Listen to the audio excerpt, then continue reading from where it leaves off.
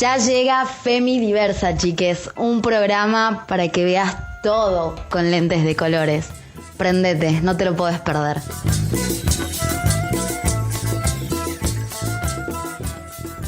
Buena gente buena, ¿cómo están? Acá Yulai, como siempre. Hoy vamos a seguir en este capítulo con la laicidad, pero desde un giro un poco más violeta. Pero primero recapitulemos. ¿Qué es la laicidad? La laicidad es un régimen social de convivencia en el cual las instituciones políticas están legitimadas principalmente por la soberanía popular y no por los elementos religiosos. Pero bueno, hoy para hablar de este lado B de la laicidad, desde una perspectiva de género, está nuestra vieja amiga de la casa, Sofi la Beba Gandur. ¿Cómo estás, Sofi? Hola, Yulai, ¿cómo estás? Lo de vieja, por favor, reformúlalo. Disculpa, una gran amiga de la casa. Bueno, ahora sí. Muchas gracias por la reinvitación. Muchas gracias por confiar en mí y en mi criterio para exponer sobre el lado, le voy a decir, F de la laicidad. Me encanta. El lado feminista de la laicidad. Que están abordando con mucha responsabilidad, con muy buen criterio, y tengo que reconocerles que además han traído a una de las personas que considero que más sabe sobre laicidad en nuestra provincia, que ha sido Marcos en el capítulo pasado. Sin embargo, y para no pisarlo, voy a traer un aire renovado, otro aspecto sobre cómo pensarlo. Me parece perfecto. Y me gustaría que hablemos, o me gustaría en realidad traerles algunas cuestiones para que pensemos sobre algo capaz que se viene agarrando un poquito con el capítulo que hemos tratado antes, que es esto de la lucha o el recrudecimiento de la lucha de los sectores conservadores cuando hay algún tipo de avance respecto de los derechos sexuales reproductivos y no reproductivos, y la lucha por el reconocimiento de ellos por parte de los movimientos feministas y los movimientos LGBTQ. Bueno, así que avanzamos con esto sobre el lado F, o una ESI con perspectiva de género. Lo que les decía de alguna forma es que el impacto que han tenido los movimientos feministas y los movimientos por la diversidad sexual en la política ha implicado que, entre otras cuestiones, como les digo, se intensifican las defensas de los derechos vinculados con el libre ejercicio de la religión y la defensa por la expresión de lo religioso, ¿no? Cuando la lucha por los derechos sexuales reproductivos y no reproductivos de alguna manera corre el aspecto o las fronteras morales, o corre el aspecto moral relacionado con esos derechos, de alguna manera lo que se hace es criticar la influencia que tienen las religiones sobre la política. En Argentina lo que se hace es criticar la influencia que tiene una religión en particular sobre la política, y cómo de alguna manera el buscar pluralismo ético, buscar reconocimiento de derechos que tienen que ver con la vivencia sobre el propio cuerpo, la decisión sobre el propio cuerpo, la destrucción de los estereotipos relacionados con el sexo, el género, lo que hace de alguna forma es buscar también que se desmonten esas influencias que tienen los grupos religiosos conservadores. Ha sucedido en todo el mundo, pero en nuestro país muy específicamente podríamos decirlo con relación a la lucha por la conquista ya por el derecho al aborto, y ahora lo vemos también plasmado en la búsqueda intensa por la implementación de la ESI, porque la ESI como derecho ya existe desde hace mucho tiempo, y sin embargo su implementación efectiva es lo que se está de alguna manera viendo frenada, resistida por parte de estos sectores. Como les digo, o diciendo que lo que se defiende es la libertad de expresión de lo religioso, o la libertad de cultos, o sí, es justamente eso, la libertad de expresión de lo religioso, lo que se consigue de alguna manera, o se busca conseguir de alguna forma, es resistir el avance de estos derechos que les estoy diciendo. Y este nuevo contexto de resistencias claras, lo que presenta al Estado argentino como Estado laico que es, porque sabemos que nuestro país debiera al menos ser, no se supone, es, bueno, ¿cómo vamos a regular estos derechos y cómo vamos a implementar la ESI frente a estas resistencias, ¿no? El problema que existe cuando la religión se entromete en la definición de las políticas públicas, e históricamente la religión católica en nuestro país, es que siempre, de alguna manera, lo que se consigue es menguar o restringir los derechos de otras tantas personas, ¿no? Dicen que lo que se busca es defender la expresión religiosa propia, pero en realidad el problema es que lo que se está delimitando, menguando, restringiendo es el ejercicio libre de los derechos de otras.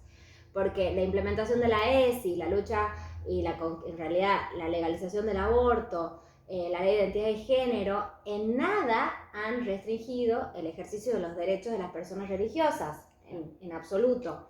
Entonces, lo que en realidad temen los sectores conservadores religiosos es que la transmisión de los valores religiosos, la transmisión de las tradiciones religiosas relacionadas con la religión católica, peligren cuando están viviéndose fuera de sus casas. ¿Por qué? Porque las tradiciones, la enseñanza religiosa no se ha mantenido dentro del hogar, sino que se ha transformado de alguna forma en una materia obligatoria en muchos casos en las escuelas públicas de nuestro país.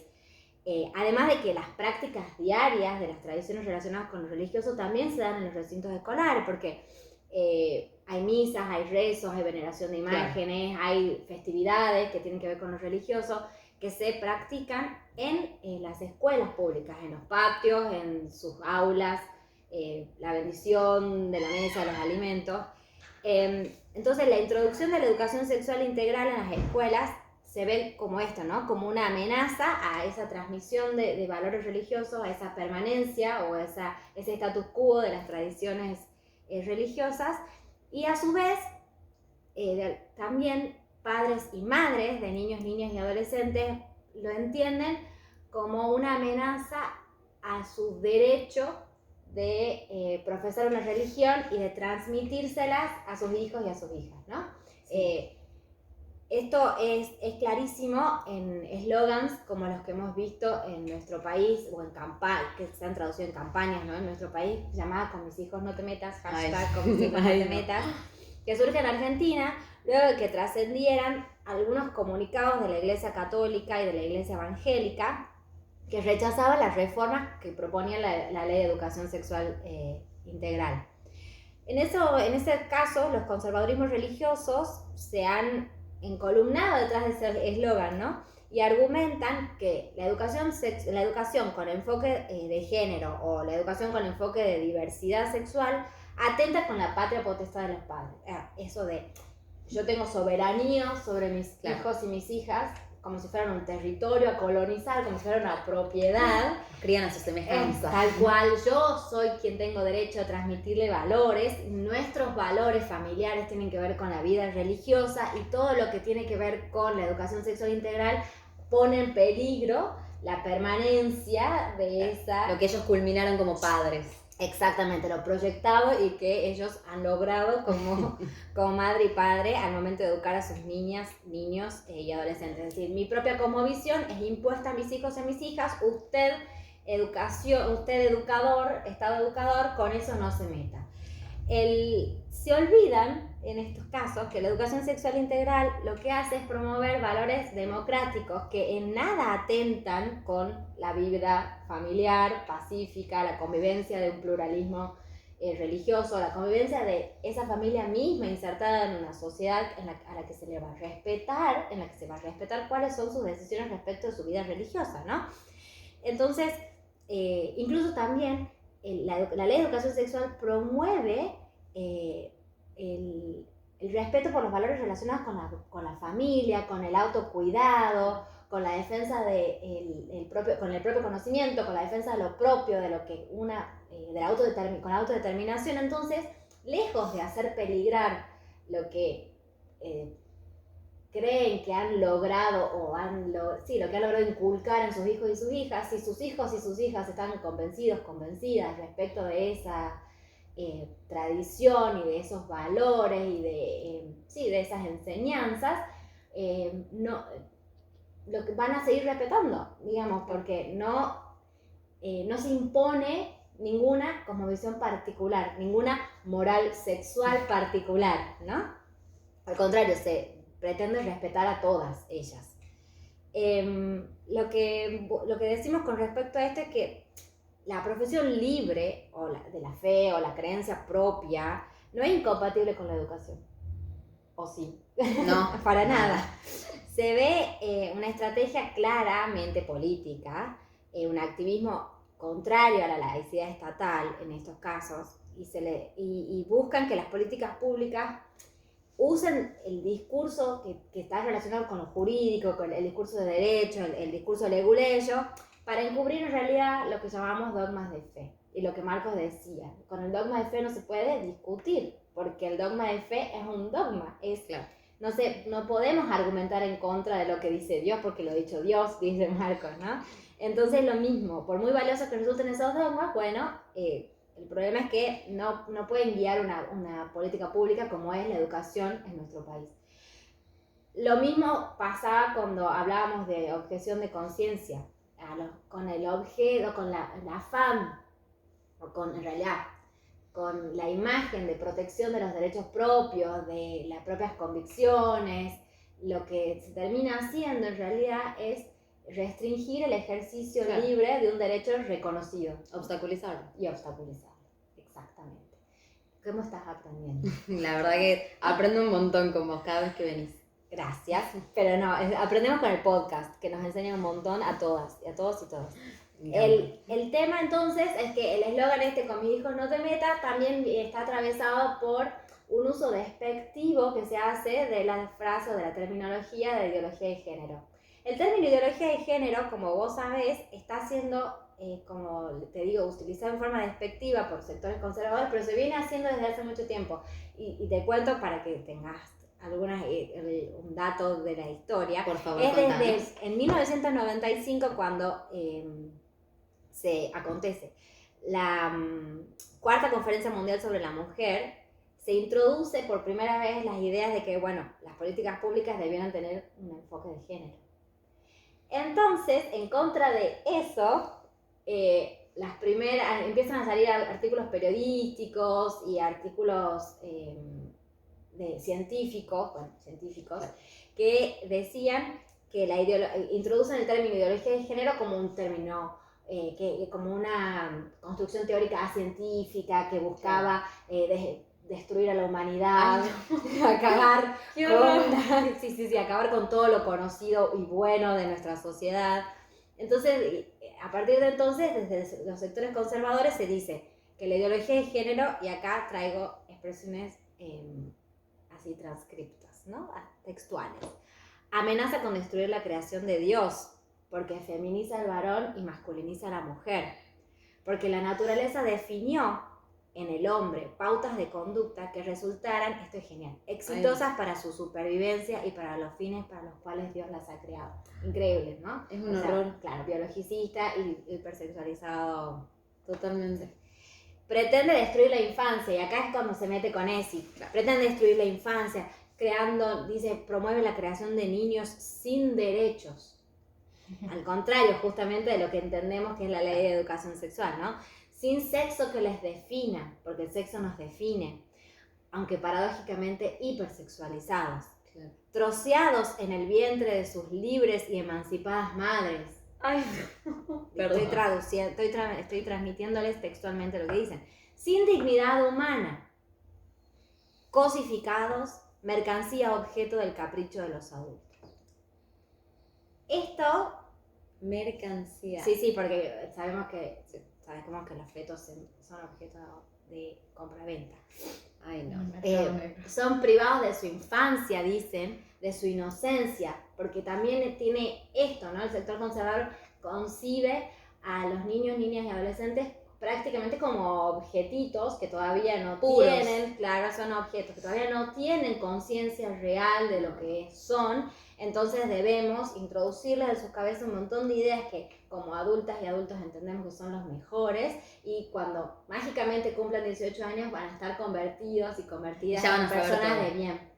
Sí. Exactamente. Entonces, como te digo, la ideología de género en realidad está siendo un término mal utilizado, porque cuando surge en la década de los 70, que es así, son los mismos movimientos feministas los que promueven el uso del término como con el fin de introducir este tema en la arena política, con el objeto de que esto se discuta en forma política, ¿no? Con un término que podríamos decirle cargado de teoría, cargado de valores, cargado de ideología. Y sin embargo, bueno, a partir de la década del 90, a principios del año 2000, empieza como a transformarse y empieza a ser utilizado de una forma tergiversada, ¿no? Cuando el sector conservador habla de la ideología de género y de la educación sexual integral, entienden que hace que los padres y las madres pierdan la soberanía educacional por sobre sus hijos y sus hijas. Esto, así como está sucediendo ahora con la ley de educación sexual y el hashtag con mis hijos no te metas, ha pasado anteriormente con el programa de salud sexual y procreación responsable, que también entiende a niños, niñas y adolescentes como sujetos de derecho, no como objetos. O sea, son sujetos, personas capaces de decidir respecto de algunos aspectos de su vida con cierta autonomía, ¿no? Es cierto que no es lo mismo una persona de 14 años que un niño de 8 y que una joven de 25. Sin embargo, el derecho ha evolucionado al punto tal de que se concibe a la persona como que va adquiriendo capacidad en forma evolutiva. Es por eso que hay niños y niñas de 12 años, de 10 años y adolescentes de 15 que pueden definir respecto de determinados aspectos de su vida sexual, entre otros aspectos, ¿no? Sí. Y la Ley de Educación Sexual Integral y el Programa de Salud Sexual y Procreación Responsable entiende eso así. Es por ello que de alguna manera aparta, ¿no?, a madre y padre o tutor y tutora de la decisión de estas personas, de estos niños, estas niñas y estos adolescentes y estas adolescentes, con el objeto de respetar su autonomía. Es en contra de eso que en realidad está el sector conservador y en particular la religión, porque es claro que temen que se amenacen valores relacionados con la religión, que en realidad no hacen otra cosa que sostener estereotipos de género e ideas que avasallan y que en realidad colonizan el cuerpo sexuado. Además de excluir el placer de toda la ecuación, ¿no? Porque eso en ningún momento está para reproducirse. En ningún momento está entendido como un elemento valioso. Así que, bueno, espero haber aportado a la discusión. Espero que el lado F de la laicidad la rompe el lado F. Podemos hacer el hashtag, ¿no? Hashtag lado F. Lado F de la laicidad. Muchas gracias por la invitación, Yulay. Gracias, Flora. Gracias a todo el equipo por invitarme y por seguir confiando en mí para este momento que a mí me encanta. Ay, nos encanta que te encante y muchísimas gracias, la verdad, por participar, por hacerte el tiempo. Vos sabés que acá en Femidiversa siempre les damos el mic a quienes más saben. Muchas gracias. Así que bueno, eso es todo, gente. Los esperamos en el próximo podcast del lunes y nos vamos a la lucha. Y no cortarlo, con mi pelo yo voy feliz, me siento libre andando así, con mi pelo yo voy feliz, si me lo corto